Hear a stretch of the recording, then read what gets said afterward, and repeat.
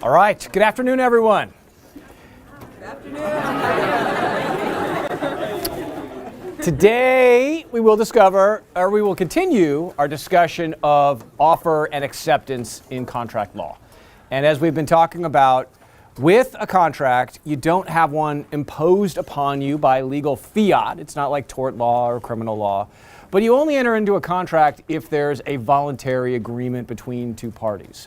And we've been looking at a number of situations for us to figure out whether or not you have something that can count as a real legal offer. And in a moment, we'll get to what happens when you do have a real legal offer, and we're looking at what it takes to actually accept the offer. First off, though, how do you know whether you've got something that is an offer? We looked at two cases last time that were pretty close factually. And I'm not sure I would want to do this, but I guess if I was going to try to distinguish the two cases or to justify why one case came out one way and the other case came out the way that it did, I guess I might try to do it like this. I'd say, if you remember back to the Lonergan case, we have letters being exchanged for real estate deals. In that situation, there was no offer, even in the final letter that was sent over to the potential purchaser. Why not? Well, the buyer plaintiff should know by the language of that letter that the seller was reserving a right of final approval.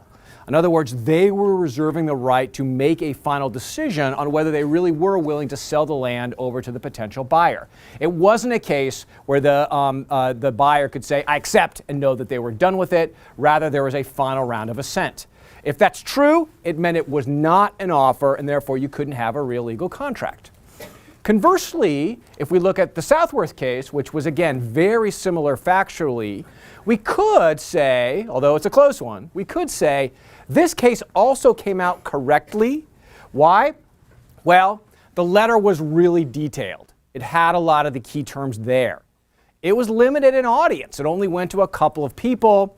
And furthermore, we might think that this was a situation, perhaps based on the background discussions between the parties, where a reasonable offeree could think that they could say, I accept, and know that they were done with it, know that everything had been finished. In other words, in both cases, the key question is whether the power of approval, the power of final approval, had been given over to the other side. If the power of approval is given over to the other side, and they can just say, I accept, and know that they're done with it, then you've made them a real legal offer. If, on the other hand, you're reserving that right of final approval with yourself, you haven't done something that amounts to an offer yet. You're still just in the situation where you're making a preliminary negotiation or an invitation for them to make you an offer that you can then accept or not accept according to what you see fit. Okay, now we're ready to continue by looking at the case of Lefkowitz versus Great Minneapolis Store. This is on page 219. Now, I don't know if you watched that HBO comedy series Curb Your Enthusiasm with Larry David.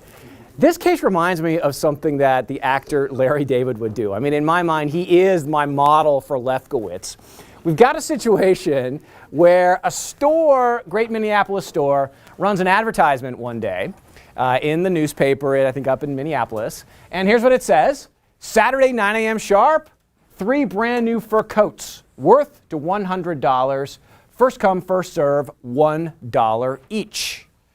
Lefkowitz sees the ad.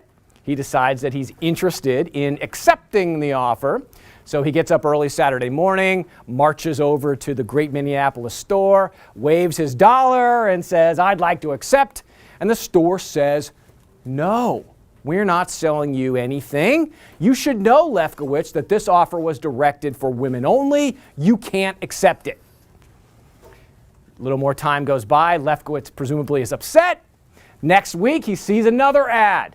Same store, Saturday, 9 a.m. sharp, 2 brand new pastel mink scarves, selling for $89.50. Out they go, each $1. 1 black lap and stole, beautiful, worth $139.50. $1, first come, first serve. Same thing. Lefkowitz gets up early Saturday morning, marches over to the store, waves his dollar, and the store says, Lefkowitz, you know our rules. You can't accept this offer. We're not giving you the stole. Lefkowitz decides that he's going to sue. All right. Joey, let's think this one through. Lefkowitz wants the value of both furs, presumably, or products from both of the advertisements. Let's start with the first ad. Is this an offer that Lefkowitz can accept?